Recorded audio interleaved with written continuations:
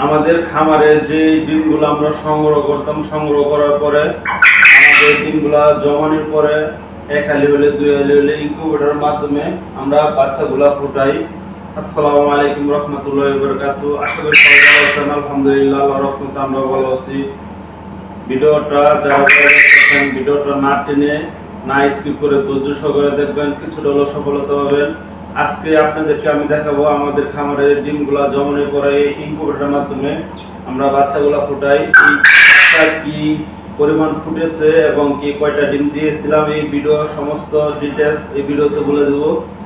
আমাদের এই খামারে এই ডিমগুলা আমরা ইনকিউবেটরের মাধ্যমে ফুটাইছি। আজকে এই ডিমগুলা আপনাদেরকে আমি দেখাবো।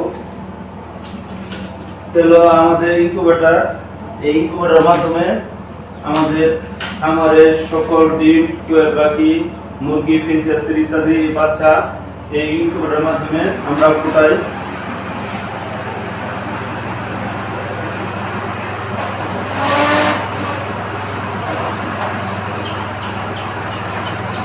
মাশাআল্লাহ, দেখতে পাচ্ছেন এখানে আমাদের দুইটা জাতের বাচ্চা আছেন। এটা হচ্ছে হোয়াইট কলম্বিয়া ব্রাহ্মা বাচ্চা।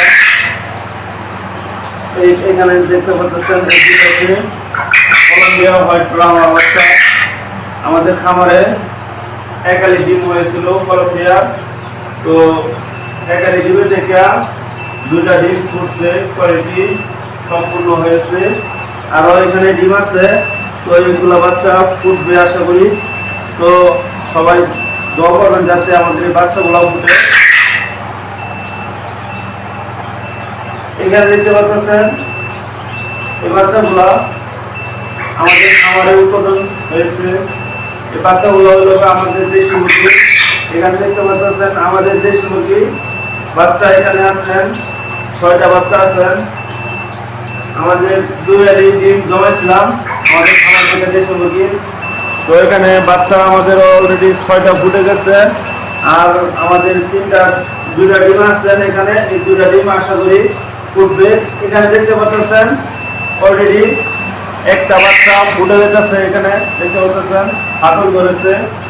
তো সবাই আমাদের খামারের জন্য দোয়া করবেন, আমাদের জন্য দোয়া করবেন যাতে আল্লাহ তাআলা আমাদের খামারে বারাকা দান করেন। সবাই ভালো থাকবেন, সুস্থ থাকবেন। আসসালামু আলাইকুম রহমতুল্লাহি ওয়া বারাকাতুহু।